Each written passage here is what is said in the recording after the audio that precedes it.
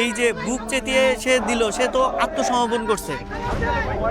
তাহলে কি জীবিত আবু সাইদের চেয়ে মৃত আবু সাইদকে রাষ্ট্র তখন আরো ভয় পেয়েছিল যে জীবিত আবু সাইদকে আমরা লড়াই করে পারি নাই, মৃত আবু সাইদ তাহলে তখনই তারা বুঝে গেছে যে আরো শক্তিশালী হয়ে উঠেছে। কোনো অন্যায় কাজকে মানে প্রশ্রয় দেয় না, মানে যে কোনো অন্যায় হলে সঙ্গে সঙ্গে সেটা ইয়া করে, বা মিথ্যে ওগুলা কোনোদিন প্রশ্রয় দেয় না। অনেকে বলে ট্যাগ লাগায় জামাত শিবির করতো, কক্ষণে না।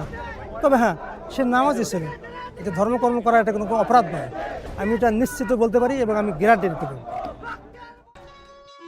এখন মানে এত মানুষ, এত অনুদান, এত টাকা পয়সা, মানে এগুলা দেখে মনে হয় যে এগুলার চাইতে যদি ভাইয়ে বেঁচে থাকতো, বিসিএস হইতো, সেটাই অনেক গর্বের ছিল।